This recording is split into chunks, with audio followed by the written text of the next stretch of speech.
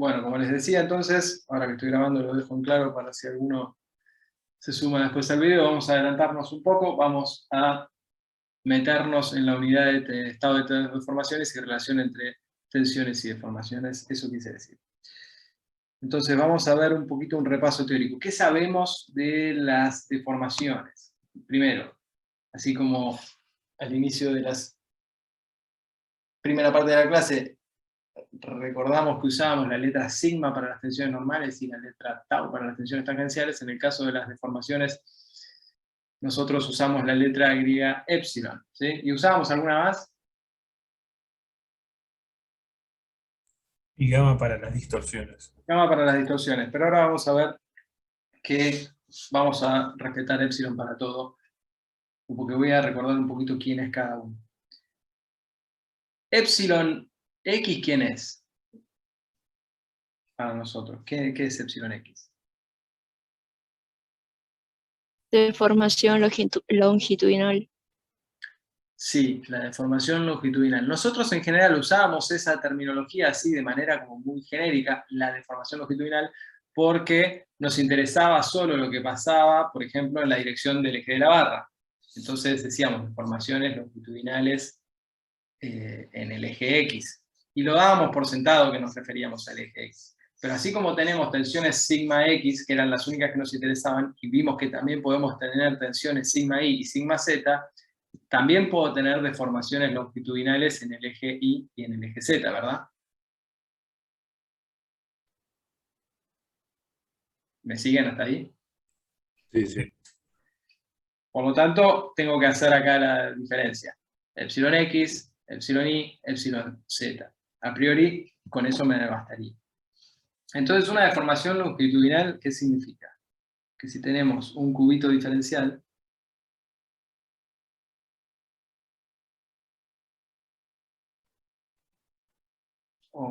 si lo vemos directamente en el plano, un elemento diferencial de X, y se alarga,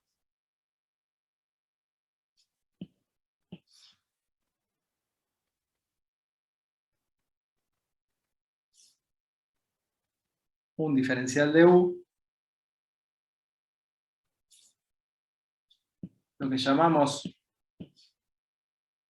epsilon X inicialmente es esa derivada de U respecto de X, ¿no? Es el cambio de longitud referido a la longitud inicial. ¿Sí? Es una deformación específica de longitud.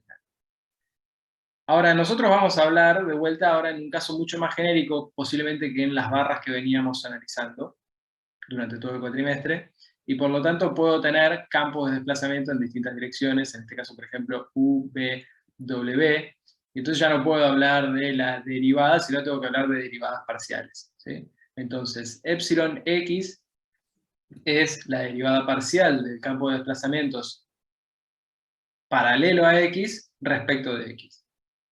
Epsilon Y es la derivada parcial de los desplazamientos paralelos al eje Y respecto a la posición en Y, y lo mismo con epsilon Z.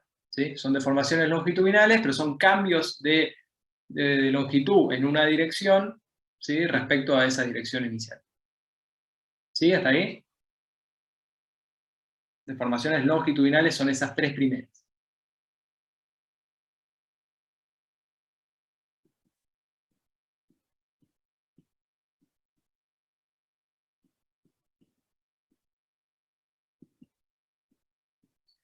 Bien, ahora después yo les había preguntado qué letras usamos, y uno me había dicho que usábamos, o no me acuerdo quién, que usábamos la letra gamma para el caso de las distorsiones. ¿Qué era una distorsión? Si yo tenía un elemento diferencial de este tipo,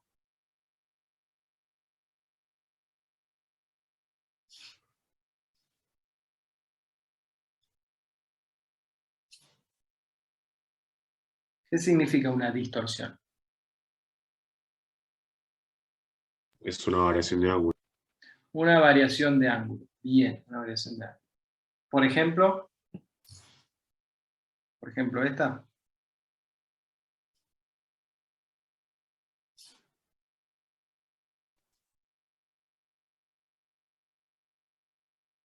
Algo así, ¿estamos hablando? Dos ángulos que eran perpendiculares ya no son más perpendiculares, ¿sí? Y a esto es lo que llamábamos gamma, o en este caso, gamma XY. ¿Está bien? ¿Me siguen? Sí. Sí, sí. Bueno, a eso mismo podríamos plantearlo así.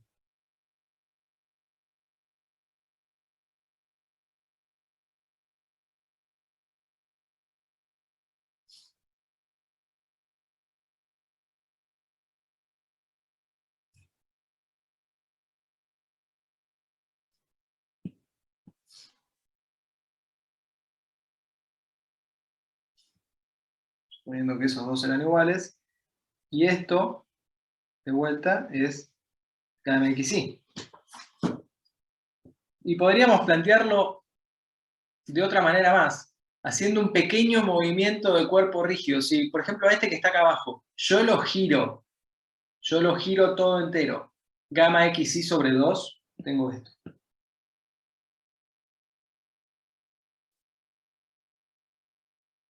Lo roto para el holograma azul, gamma XY sobre 2 en sentido horario, y entonces lo que tengo es esto.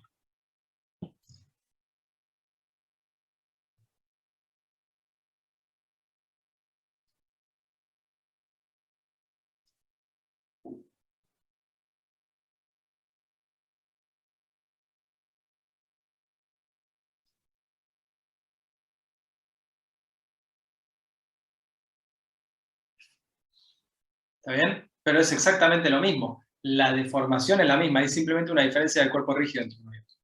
¿Bien? ¿Me siguieron? Sí, sí, bien. ¿A esto le pusieron algún nombre ustedes en algún momento? Epsilon XY. Creo que era. Epsilon XY, es deformación transversal.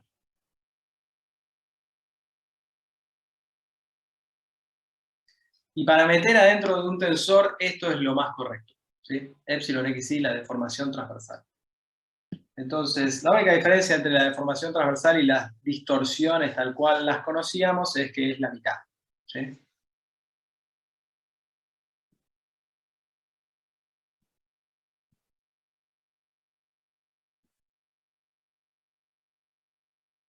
Entonces, para indicar que estamos hablando de deformación transversal y no de la distorsión, volvemos a usar la letra epsilon.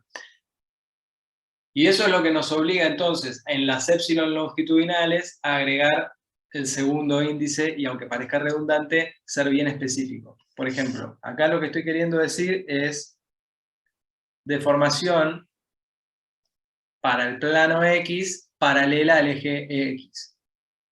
¿Se entiende? En el de abajo estoy diciendo deformación en el plano Y paralela al eje Y. Y en estos otros estoy diciendo, por ejemplo, deformación en el plano X paralela al eje Y. ¿Sí? Por eso usamos dos subíndices en el caso de las deformaciones, cosa que tal vez no usamos en el caso de las tensiones longitudinales o normales, pero porque usábamos letras distintas. Usábamos sigma, entonces ya se entendía. Por sigma se entendía que era longitudinal o normal, solamente decíamos en qué dirección. Acá tenemos que aclarar, para indicar que es normal al plano, tenemos que decir primero cuál es el plano y cuál es la dirección. ¿Está bien? Culpa de que no usamos una letra distinta. ¿Me siguieron hasta acá?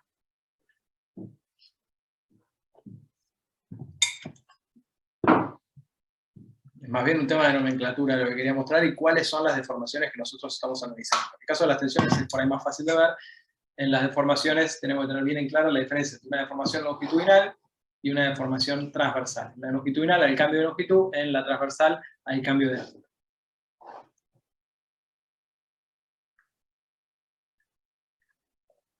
¿Estamos? Sí. Bueno. Si algo no se entiende, me frenan. Esto teóricamente lo vieron muy por encima. Bueno. La lógica es idéntica, ya se lo dije, es idéntica al caso de el estado de tensión.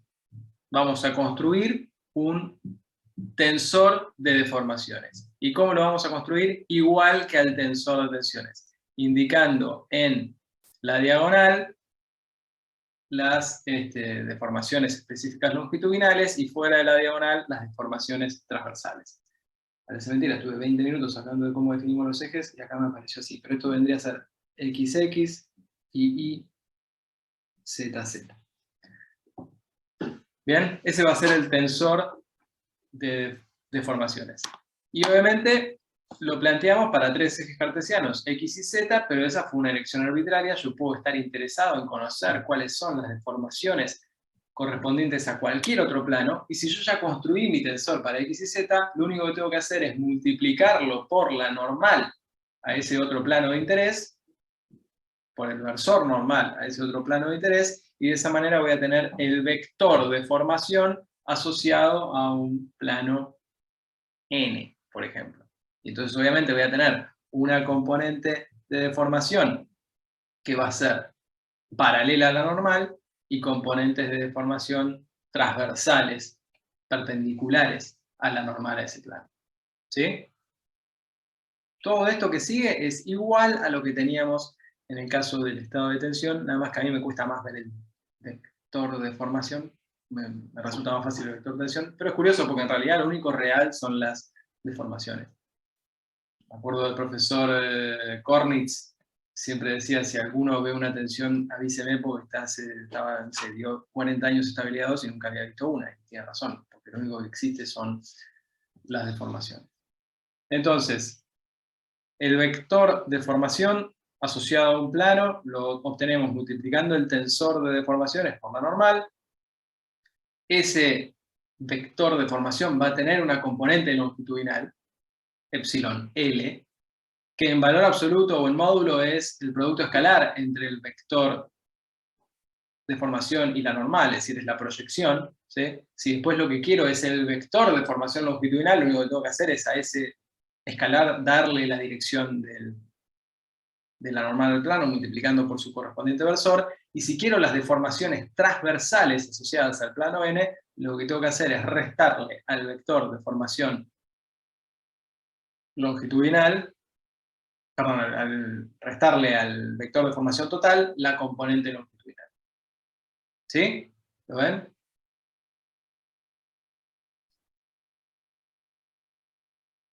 Sí. Y de la misma manera, vamos a definir direcciones que son principales. ¿Y qué sospechan? ¿Qué van a hacer esas direcciones principales?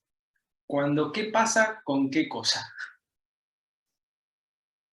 Cuando las deformaciones transversales son nulas. Cuando las deformaciones transversales son nulas. Es decir, es aquella dirección n para la cual epsilon t se anula. O si quieren, aquella dirección n para la cual el vector de formación es igual al vector de formación longitudinal. ¿Sí? Y entonces, el planteo es el mismo de antes. Vamos a tener el producto del tensor de deformaciones por la normal, lo vamos a igualar al módulo escalar, que es el módulo de la deformación longitudinal por el vector. Básicamente, este es de vuelta un problema de autovalores y autovectores. ¿Sí? ¿Bien hasta acá? Y como ven que es todo idéntico, esta filmina es igual a la que vimos a eso de las 9 de la mañana, con la salvedad de que donde dice deformaciones antes decía tensiones, donde ahora dice epsilon antes decía sigma. ¿Sí? Pero entonces esta es la ecuación característica del problema, ¿sí? Tensor de deformaciones por normal igual a deformación principal por normal de la dirección principal. Acá podemos plantear el problema de autovalores y autovectores igualando a 0. Para resolverlo, lo que tenemos que hacer es igualar a 0 el determinante de esa matriz que nos quedó acá adentro.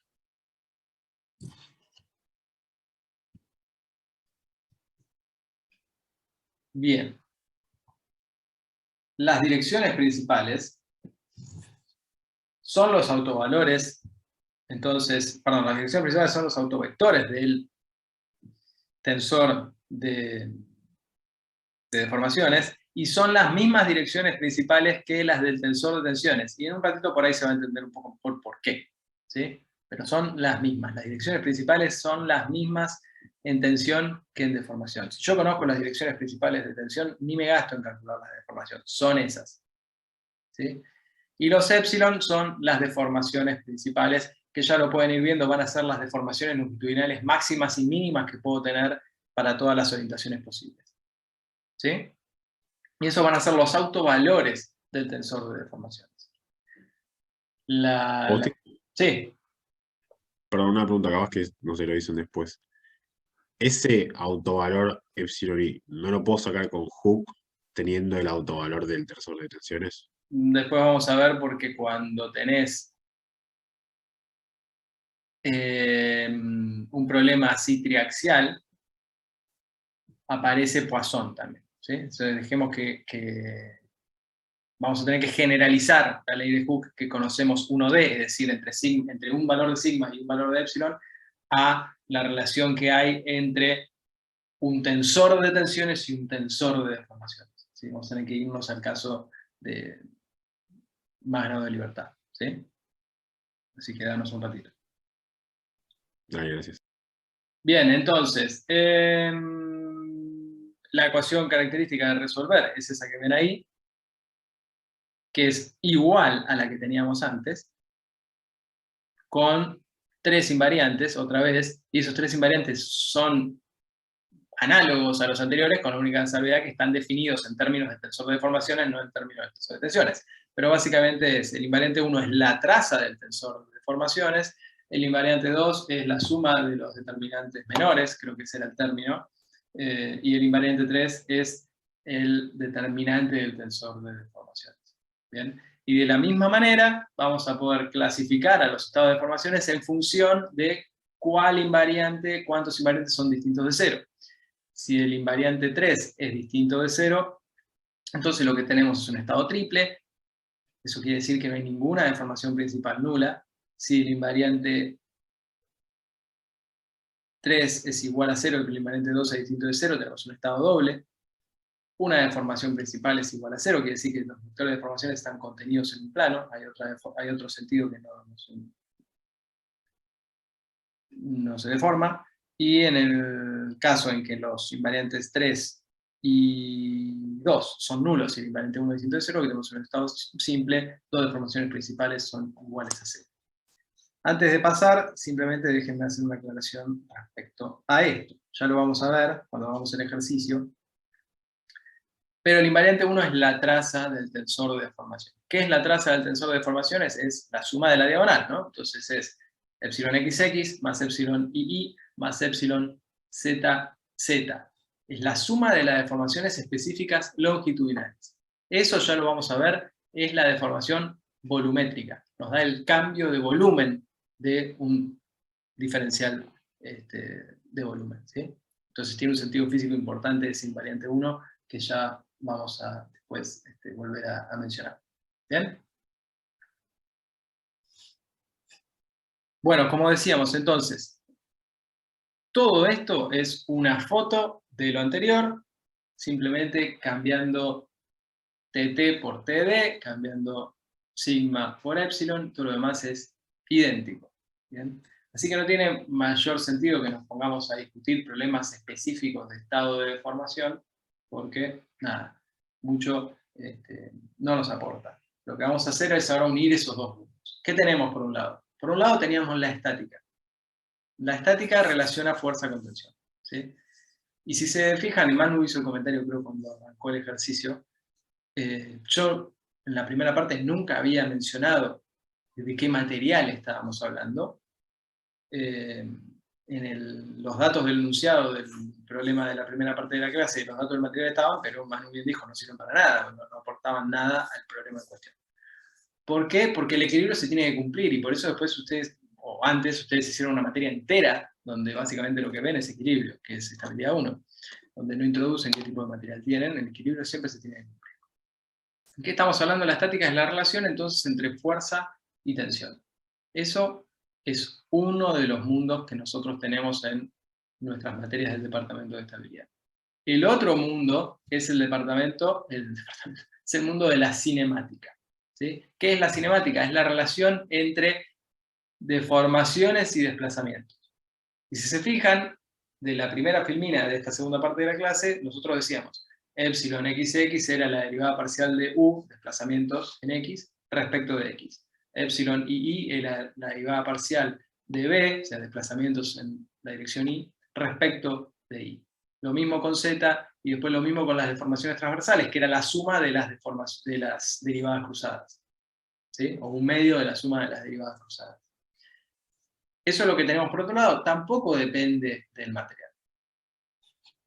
Esa relación entre desplazamiento y deformación. Ahora, por supuesto, ¿cuál es la deformación dada una tensión? ¿O cuál es el desplazamiento dada una fuerza? Sí depende del material, y si ustedes recuerdan lo que estuvimos haciendo para todas las solicitaciones, siempre aparecía un término que era E o era G, ¿verdad? Y eso nos los va a dar las relaciones constitutivas. ¿Sí? Relaciones constitutivas o relaciones entre tensiones y deformaciones, que son las que juntan, las que unen estos dos mundos y hacen una sola cosa y nos permiten analizar la estructura como un todo. ¿Sí? ¿Bien hasta acá? Eso es lo que vamos a incluir ahora. ¿Sí? Por ejemplo, Federico me preguntó por la ley de Hooke. Y cuando me dijo ley de Hooke, supongo que me estabas diciendo sigma igual a E por epsilon, ¿verdad? Sí, sí. Sí. ¿Y qué otra relación lineal habíamos visto? Tau es G por gamma.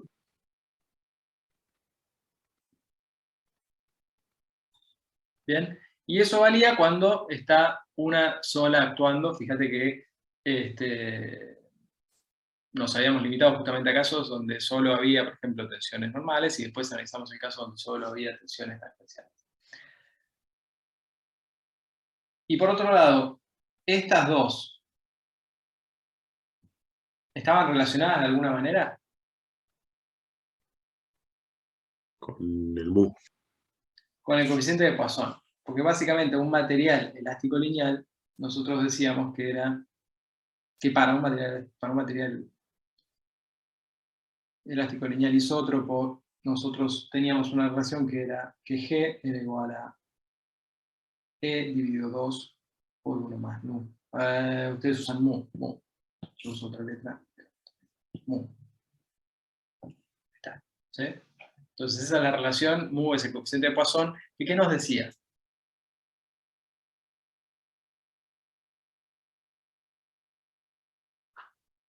¿Cuál es el sentido físico del coeficiente de Poisson? Puede ser que es como la proporción de la deformación transversal con la deformación longitudinal, puede ser. Como que relaciona esas dos cosas. Sí, pero ojo, no de formación transversal, sino de formación longitudinal en la dirección perpendicular. No es lo mismo. Yo al principio hice este esquema, ¿no? Decía, yo tengo un elemento diferencial, lo estiro en la dirección horizontal, y les dibujé una configuración deformada, algo así, ¿no? Lo que está en azul. Y nadie me la discutió. Nadie me discutió que se alargó en dirección horizontal, pero en vertical se acortó, ¿no?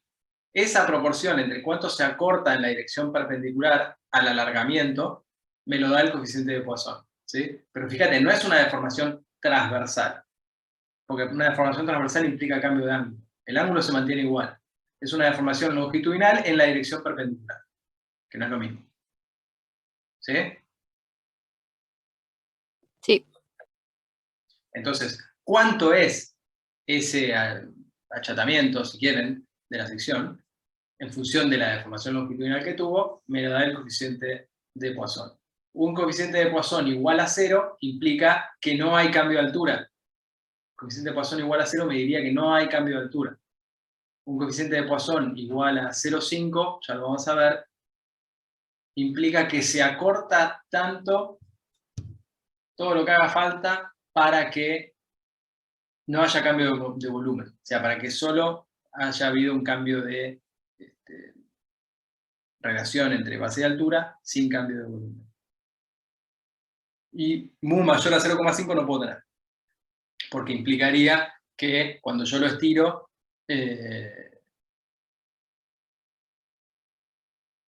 pierdo volumen, lo cual no puede pasar, ¿sí?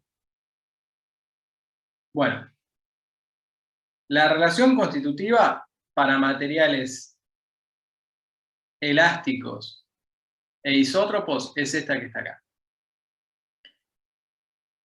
¿Qué quiere decir isótropo? Quiere decir que las propiedades son las mismas en todas las direcciones, ¿sí?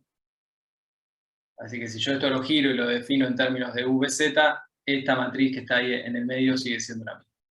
Para poder plantear la relación hicimos un pequeño cambio. Recuerden, nosotros habíamos dicho que el tensor de deformaciones, el tensor de tensiones tenía 9 elementos. Era una matriz, o lo escribíamos como una matriz de 3×3. ¿Bien? Pero también habíamos dicho que por Cauchy, por ejemplo, las tensiones tangenciales XY eran igual a las tensiones tangenciales IX. Y lo mismo pasaba con XZ y con IZ. Por lo tanto, de esos 9 elementos del tensor de tensiones, solo tenemos 6 que son independientes. Con las deformaciones pasa lo mismo.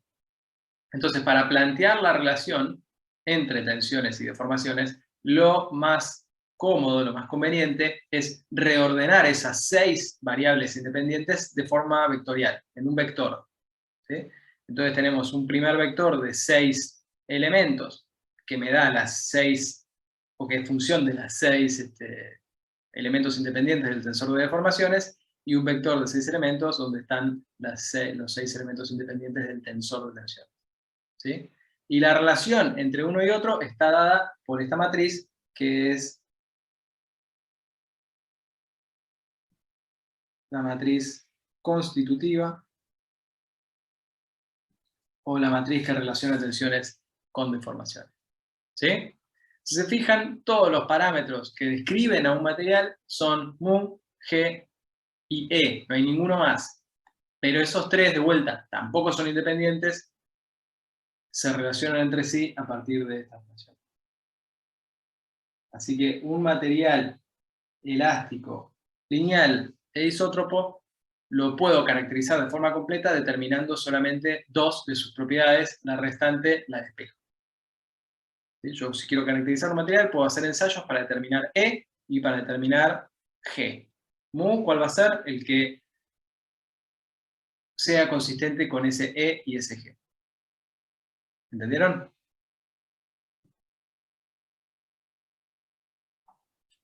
Sí. ¿Sí? Bueno. La relación entonces es esa que están acá. Y si se fijan, aparecen algunas cosas particulares. La relación no está planteada en términos de, por ejemplo, los epsilon xy, sino de 2 veces epsilon xy. ¿Por qué? ¿Quién es 2 veces epsilon xy? La distorsión angular. La distorsión angular que habíamos llamado gamma xy, ¿sí? Y entonces se fijan, gamma xy, ¿de quién depende? Solamente. Tendría que ser la cuarta fila. De las tau. Sí, de las tau, pero de una sola tau. De tau xy. ¿Sí? ¿Ven que todos los demás elementos de esa fila son 0?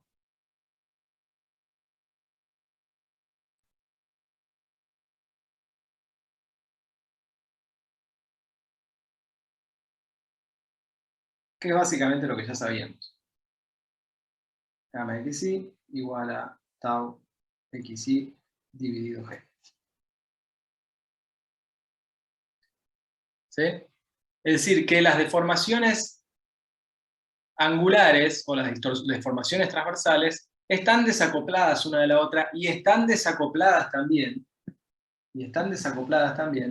con las deformaciones longitudinales y con las tensiones normales. Fíjense que acá tenemos toda una serie de ceros.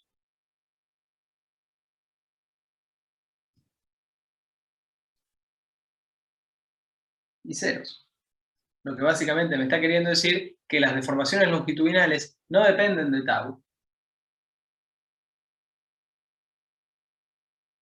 Y de la misma manera que las deformaciones transversales no dependen de sigma.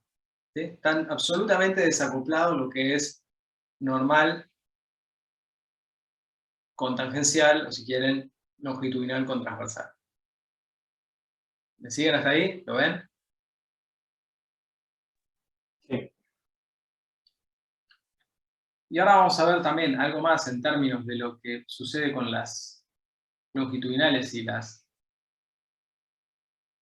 normales, pero para eso también es útil plantear la relación de forma inversa. Es decir, acá está planteado cuáles son las deformaciones dadas las tensiones, pero también podría ser de interés, y habitualmente lo es, cuáles son las tensiones dadas las deformaciones. Y para eso lo que tengo que hacer es invertir esta relación, y la expresión a la que llegamos es mucho más incómoda, ¿sí? Y es esta que tenemos acá. Esa es la misma matriz constitutiva, nada más que está relacionando deformaciones con tensiones. ¿Sí? Es mucho más difícil de memorizar incluso, esa relación.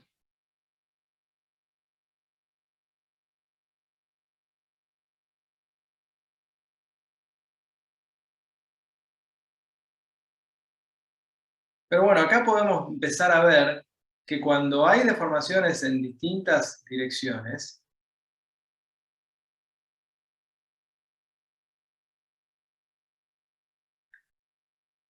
el problema se empieza a acoplar, ¿sí? Y vamos a ver un poquito el problema planteado ya de otra manera. No es esta matriz no la necesitan recordar, si hiciera falta la usan, pero es muy larga. Bueno, volvamos a la formulación inicial.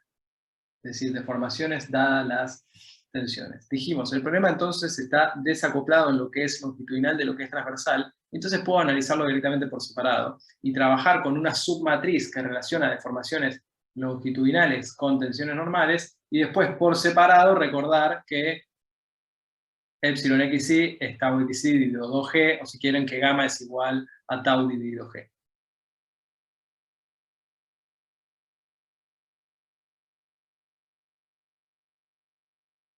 ¿Está bien? El 2 aparece en función de que estén definiendo ustedes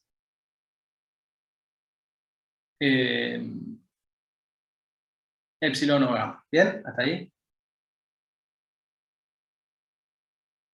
Y a este sistema, ustedes pueden, si quieren, memorizar las tres ecuaciones que lo describen, porque básicamente una matriz es un sistema de ecuaciones. Entonces ustedes lo pueden plantear de esta manera y decir, bueno, epsilon x es sigma x dividido e menos mu dividido...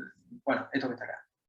¿Sí? No lo voy a leer porque se hace más confuso, pero por ejemplo, tener esas tres ecuaciones memorizadas. ¿Sí? Y lo pueden escribir así. Si a ustedes les gusta trabajar con ecuaciones, yo me acuerdo cuando tenía su edad, me odiaba las matrices, después me volví un talibán de lo matricial, pero bueno, entiendo que ustedes prefieran esto que está acá abajo. ¿Sí? Y esas ecuaciones, entonces, que tenemos acá, son válidas siempre para cualquier sistema de coordenadas. Yendo entonces a una pregunta que me he hecho, creo,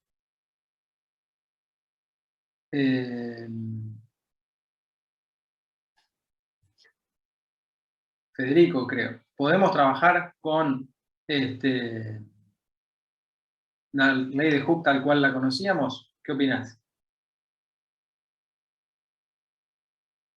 Y que no.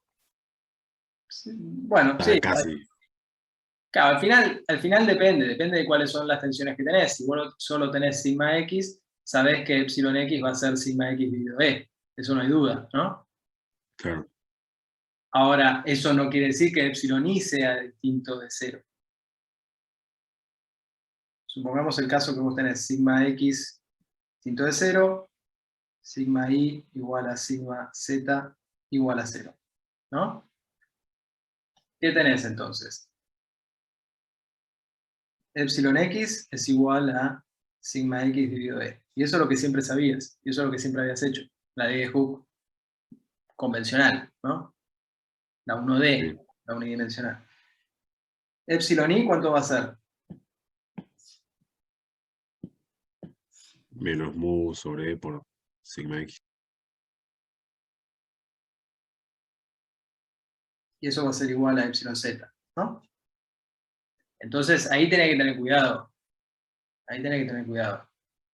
Esa es la salvedad que tenés que siempre tener presente. ¿Bien? Porque vos no podés ir después y decir que epsilon i es 0 porque sigma i es 0. Claro. ¿Me Bien, explico? gracias. Así que tengamos presente esto siempre. Ahora, antes como solo te interesaba epsilon x, y no te preguntabas cuánto la sección transversal cambiaba en función de esas deformaciones perpendiculares al eje de la barra, no te interesaba todo eso. Pero en este caso ahora necesitamos saber eso, ¿sí? Eso lo necesitamos saber. ¿Sí? Sí, sí, clarísimo. Bueno, estas relaciones que vimos hace un rato, particularmente esta, vamos a llamarla ley de Hooke generalizada,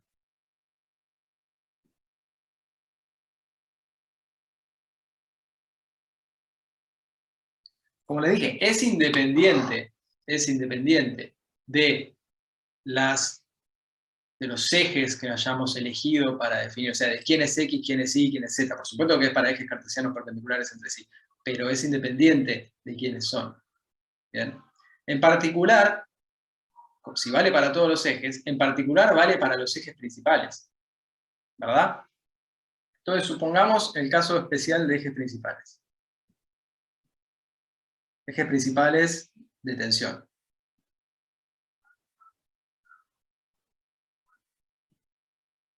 ¿Bien? ¿Cuál es el vector, el arreglo de tensiones correspondientes al tensor de tensiones principales?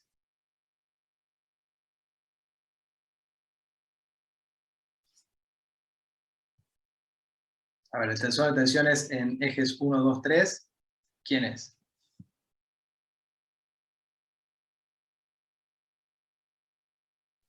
Sigma 1, 2 y 3 en las diagonales y 0 en los... Bien.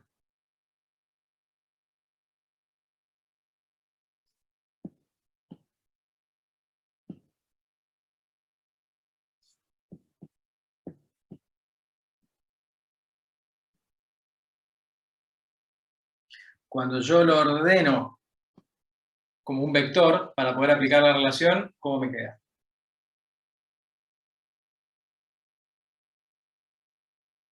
Como un vector de 6 por 1. Sigma 1, sigma 2, sigma 3, después. Todo 0. Si yo hago, entonces, voy a borrar un poco todo lo que tengo acá al costado.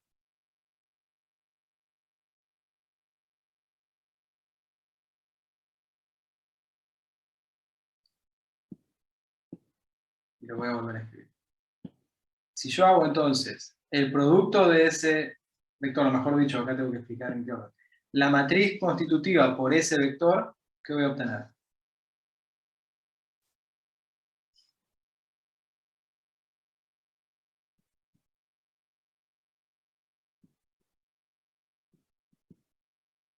Es decir, la matriz constitutiva por sigma 1, sigma 2, sigma 3, 0, 0, 0. ¿Qué voy a obtener del otro lado? ¿Qué vector de deformación? Epsilon x va a ser igual o distinto de 0. Distinto de 0. Distinto de 0. Epsilon i, distinto de 0. Epsilon z, distinto de 0. Y las distorsiones, Todo 0. todo a 0. Recuerden que está desacoplado. 0, 0, 0. Así que en el fondo esas no eran epsilon x, epsilon y, epsilon z. En realidad son las deformaciones principales. Porque claramente las deformaciones asociadas a esas direcciones principales tienen componentes nulas de deformación transversal. Así que por definición son las principales. Así que esas en realidad son epsilon 1, epsilon 2, epsilon 3. Lo que quiere decir que es que las direcciones principales de tensión son iguales a las direcciones principales del tensor de deformaciones. Los autovectores de los dos tensores son los mismos. ¿Sí? ¿Lo ven?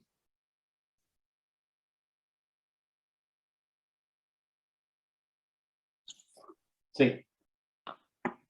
Bien, ¿estamos? ¿Quedó claro eso? Es un paso medianamente importante, así que... Si no quedó claro, me avisan. ¿Estamos bien hasta acá?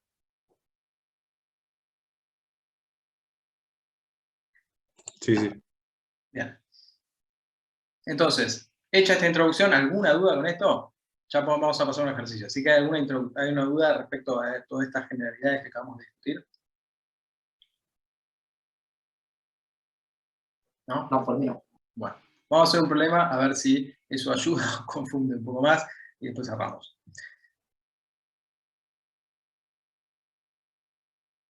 El problema es el siguiente. A ver, es un cubo, no es un cubo diferencial, es un cubo, pero está todo sometido a las mismas tensiones, así que todos los puntos de ese cubo están igual de solicitados.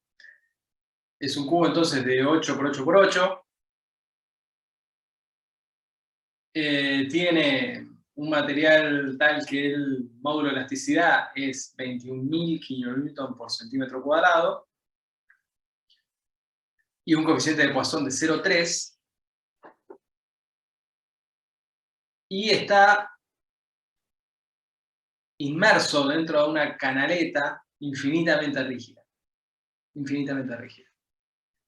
Está excitado, está accionado, no sé cómo decirlo, afectado por una carga vertical en la dirección Z, en la dirección vertical, de 0,4 kN por centímetro cuadrado, es decir, una carga distribuida por unidad de superficie de 0,4 kN por centímetro cuadrado, y tiene libertad de moverse en la dirección longitudinal de la canaleta, si lo quieren ver de esa manera. Y tiene rozamiento nulo, es decir, que la canaleta no le impone ninguna restricción a moverse en este eje, llamémoslo eje Y, que no está aclarado. ¿Sí? X y Z. Visto desde arriba, es este dibujo que está acá abajo. Esto es visto desde arriba, visto en planta. ¿Sí? El cubo celeste se puede mover en el eje Y libremente. No hay ningún tipo de rozamiento que lo impida. Es como si fuera un cubo de hielo. ¿Está bien? ¿Se entiende el problema? Sí. La única carga es esa carga distribuida arriba PZ. El peso del cubo es despreciable en comparación a la carga, no lo tenemos en cuenta. ¿Sí? Así que lo único que hay es una carga vertical de 0,4 kN por centímetro cuadrado. Y la pregunta es, bueno, ¿cuáles son las tensiones en el cubo? ¿Cuáles son las fuerzas en el cubo? ¿Cuál es la longitud final? O sea, inicialmente tiene una longitud de 8 centímetros. ¿Cuál es la longitud final?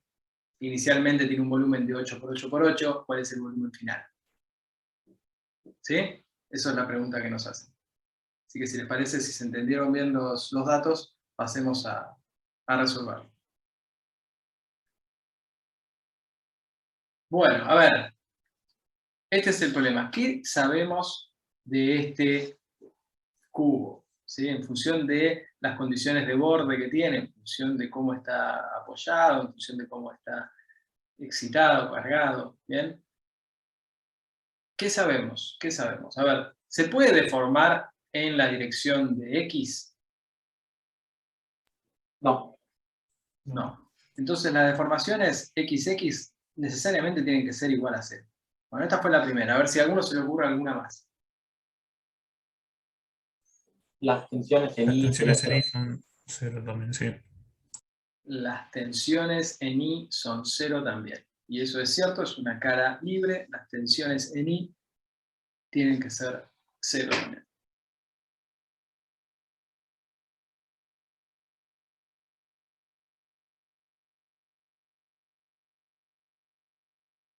¿Algo más?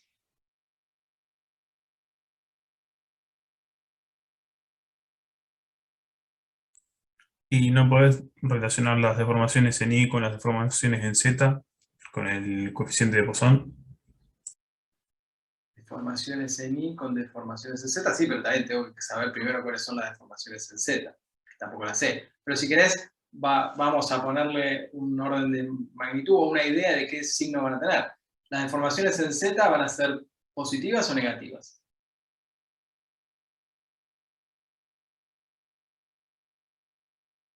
Negativos. Negativas. Se va a comprimir, ¿no? O sea, la fuerza vertical esa tiende a cortar la altura del cubo, ¿no? Así que no sé cuáles son, pero sí sé que van a ser negativas. ¿Y las deformaciones en I? ¿Qué sabes de la deformación en I? O sea, sé que se va a querer alargar, o sea, como está traccionado. Sí, sí, no está traccionado en el sentido de que no está cargado horizontalmente, pero es verdad, sí, se va a querer alargar, va a sufrir un alargamiento en la dirección I que va a depender del módulo de Poisson, que ya dijimos es 0,3. O sea, este no lo conozco, pero sí sé que es positivo. Y tengo ahí 4 variables más, ¿no? Sigma X, sigma Z, tau en todas las direcciones y gamma en todas las direcciones. ¿Sabemos algo de estas variables que nos falta definir o discutir?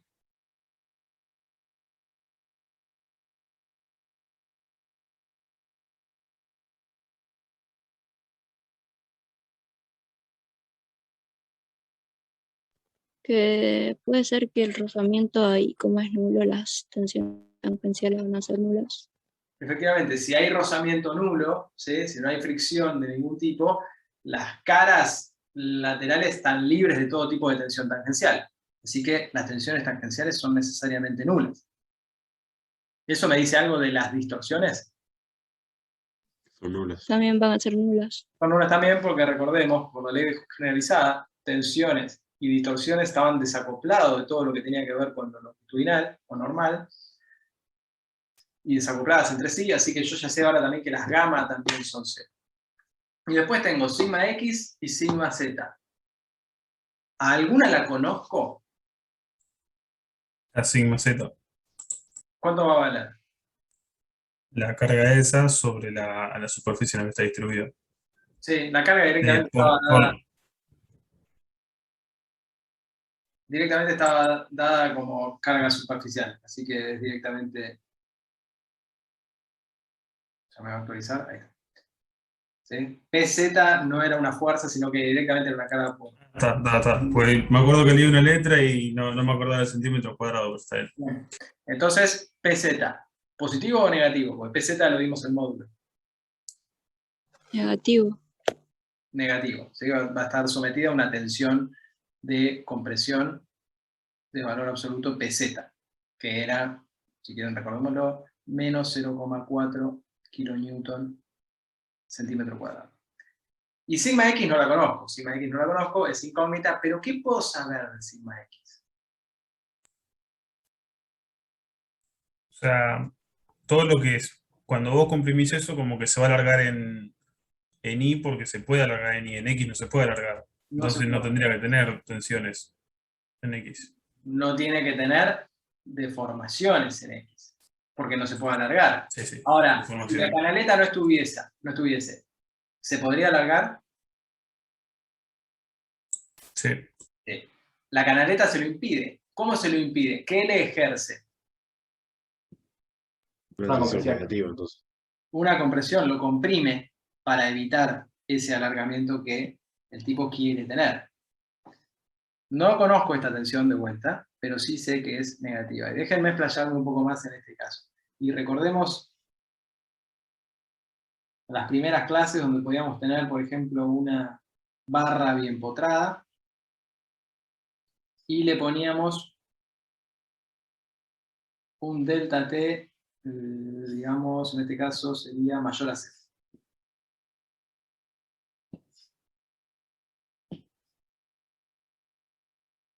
¿Sí? O sea, la caliento. ¿Qué querría hacer esa barra?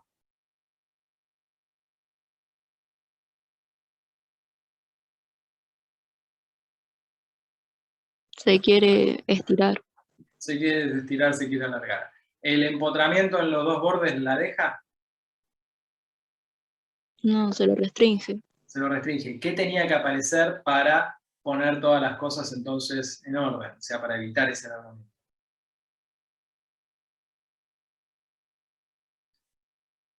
Tenían que aparecer reacciones de vínculo ustedes resolvían ese hiperestático, aparecían reacciones de vínculo acá que comprimían a la barra.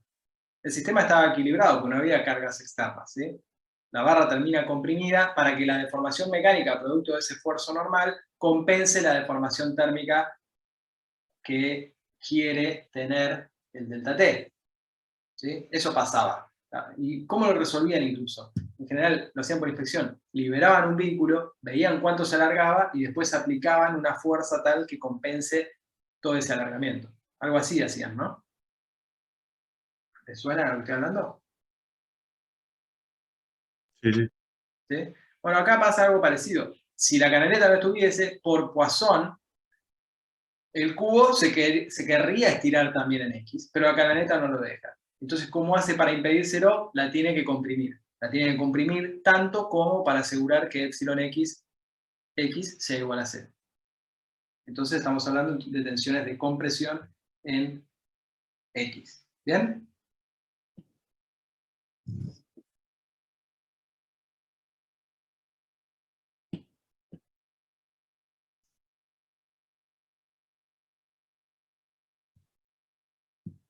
Bien, esto es entonces lo que nosotros veníamos diciendo.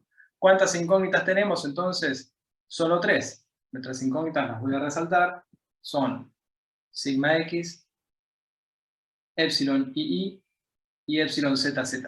Todo lo demás es dato. Como no tenemos involucradas tensiones tangenciales, ni distorsiones o deformaciones transversales, lo único que nos va a interesar son esas 3 ecuaciones que relacionaban deformaciones longitudinales con tensiones normales.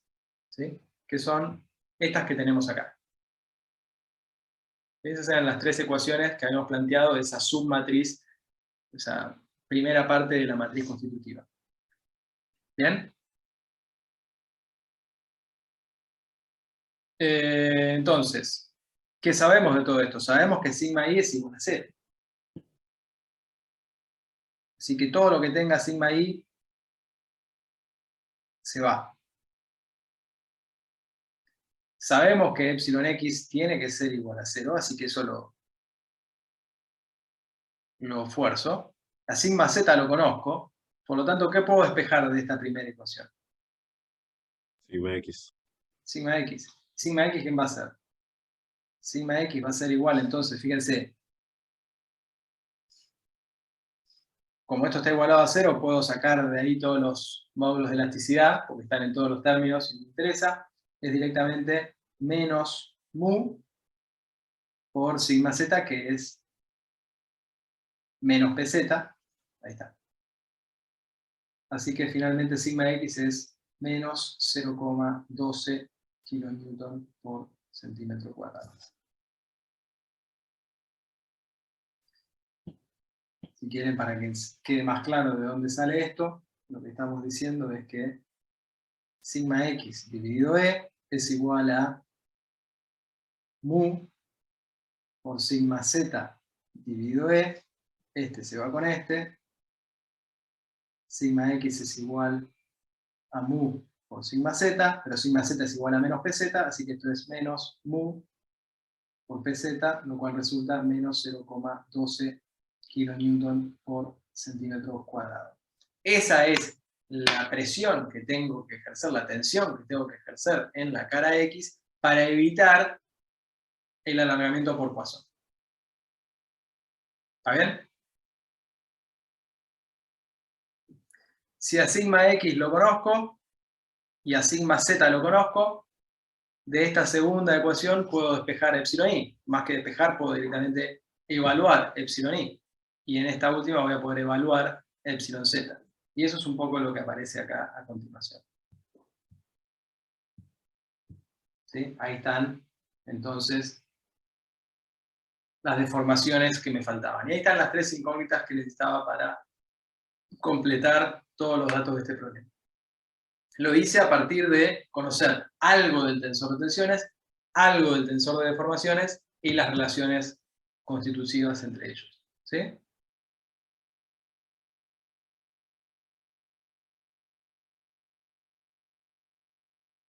A ver, algún recordatorio. ¿Qué unidad tiene esto que estamos viendo acá? Deformaciones, ¿qué unidad tiene? Esa dimensional. Esa dimensional. Esa dimensional, o si quieren, también lo pueden pensar como que es metro sobre metro, milímetro sobre milímetro, es cada metro cuántos metros se harán, ¿no? Esa es otra manera de verlo, para por ahí con un poco de sentido más físico, ¿sí? O sea, un metro se hubiera alargado esa cantidad proporcional, 7,42 por 10⁻⁶ metros. Bien, entonces, tensiones ya las conozco. ¿Cómo paso de tensión a fuerza? Multiplicás por área. Multiplico por el área. ¿Por qué área? ¿Por el área inicial o por el área nueva? Porque al haberse deformado el cubo, el área cambió.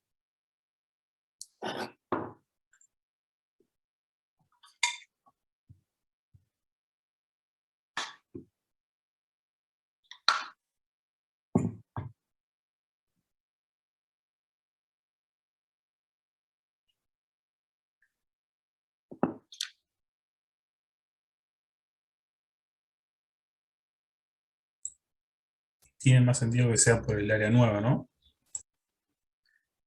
Tendría sentido, sí, tendría sentido, pero posiblemente no valga la pena. Cuando vimos esfuerzo axil, por ejemplo, ¿alguna vez se preguntaron cuál era el área nueva de la sección? Porque si había deformación εx, tenía que haber entonces deformaciones transversales por Poisson, no transversales, perdón, deformaciones longitudinales en los sentidos transversales εi y εz, pero nunca lo vimos y nunca nos interesó cuánto cambiaba la sección. ¿Y por qué no nos interesaba? Se deforma muy poco. Porque las deformaciones son muy chiquitas, y acá sigue siendo así. Nunca vamos a salir de esta hipótesis de cinemática lineal en el cual las deformaciones son muy chiquititas. Entonces, podemos tomar el área inicial.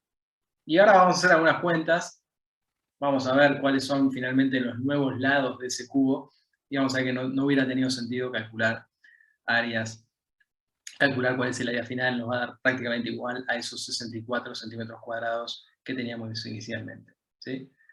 Bueno, las fuerzas, en este caso, como son tensiones constantes en toda la superficie, lo único que tengo que hacer es multiplicar tensión por área, hago esas cuentas que están planteadas ahí, y lo que tengo es una fuerza en X de 7,68 kN, una fuerza en Z de 25,6 kN, y en Y no tengo ninguna fuerza, es una canalidad.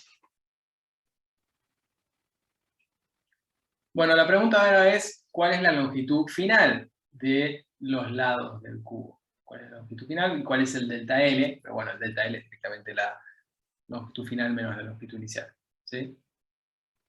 Bueno, la deformación en X habíamos dicho que era 0. Entonces, ¿cuál va a ser la longitud final en X de ese cubo? La misma que de los 8. Tiene que ser la misma, porque es el ancho que tenía la canaleta. La canaleta no deja alargarse ni a ese cubo, así que en X, la longitud final, como tengo epsilon X igual a 0, es igual a la longitud inicial, 8 centímetros.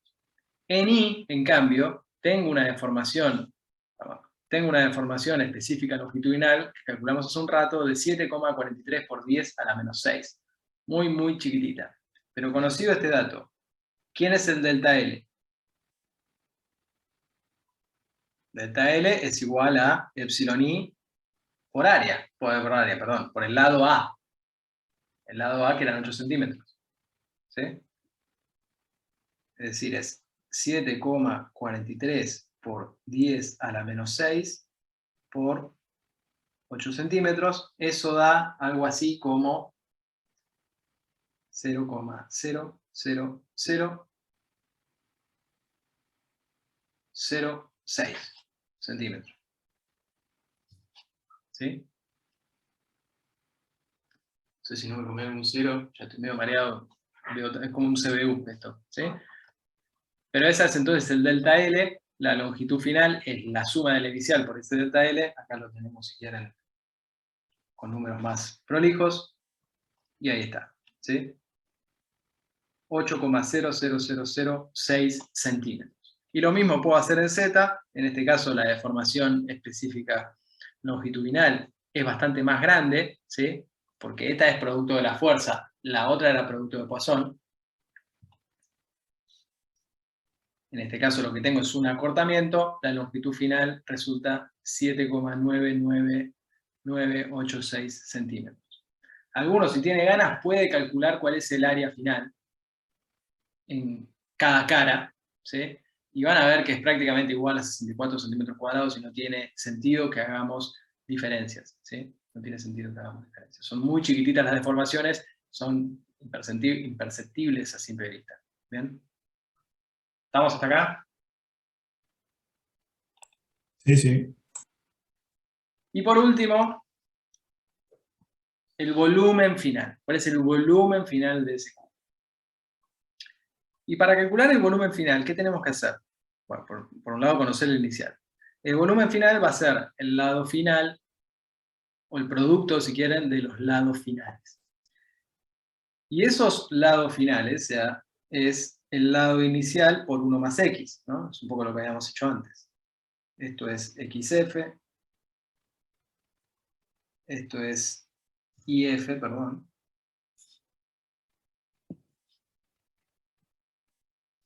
Y esto es z final. ¿Bien? Si desarrollamos esa expresión un poco, llegamos a lo siguiente. El volumen final es igual al volumen inicial por todo ese paréntesis que ven ahí. ¿Qué me dicen de este término, por ejemplo, en comparación a este otro?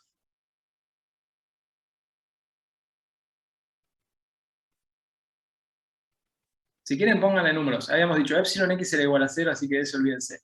Epsilon i era algo por 10 a la menos 6, y epsilon z era algo por 10 a la menos 5, ¿no? Entonces, por ejemplo, epsilon i por epsilon z, ¿cuánto va a ser? Algo por 10 a la menos, Es muy chiquito. claro, por 10 a la menos Dale, 11. 11. A la menos 11. Muy chiquitito en comparación a algo que es del orden de 10 a la menos 5, 10 a la menos 6. Entonces, todos estos términos, y ni hablar el último, que es el producto de los tres, son despreciables en comparación a los tres primeros. Puedo absolutamente descontarlos, no aportan absolutamente nada. Así que en el fondo, la expresión, ¿cómo me queda? Me queda volumen final igual a volumen inicial por 1 más epsilon x más epsilon y más epsilon z. Así que esto en el fondo, ¿quién es? Este es el epsilon volumétrico. Esta es la deformación volumétrica del cubo. Es el que me relaciona directamente el delta de volumen con el volumen inicial. Así que es directamente una deformación volumétrica, ¿sí? Por eso este es el invariante 1. Por eso yo les dije que ese invariante 1, que era la traza del tensor de deformaciones, es decir, la suma de epsilon x, epsilon y, epsilon z, lo que nos decía es cuál es el cambio de volumen de ese diferencial de volumen inicial que estamos trabajando. En este caso resulta 9,87 por 10 a la menos 6. Este era el primer invariante del tensor. Si calculamos el volumen final, bueno, hacemos la operación con los números que obtuvimos y nos da 511,995, prácticamente igual al volumen inicial de 512 centímetros cúbicos. ¿Sí? O sea, un delta de volumen de menos 5 por 10 a la menos 3 centímetros cúbicos. ¿Lo ven esto? ¿Quedó claro? ¿Se entiende? ¿No se entiende? Sí, se entendió. ¿Sí? De acá sale entonces que el epsilon volumétrico es la suma o la traza del tensor de deformaciones, que es básicamente el cambio de volumen. Si ustedes entonces hubiesen tenido un mu de 0,5 y pueden hacer la prueba, este epsilon volumétrico se compensa y da igual a 0. Es decir, los materiales con mu igual a 0,5 son incompresibles, absolutamente incompresibles. Es una abstracción porque no hay ningún material que sea perfectamente incompresible, pero es como un límite superior al valor de mu que podemos llegar a tener, ¿sí? Si por alguna razón, en algún ejercicio donde les piden que despejen mu, a ustedes les da más grande que 0,5, y está mal, ¿sí? No puede ser nunca más grande que 0,5. ¿Vamos?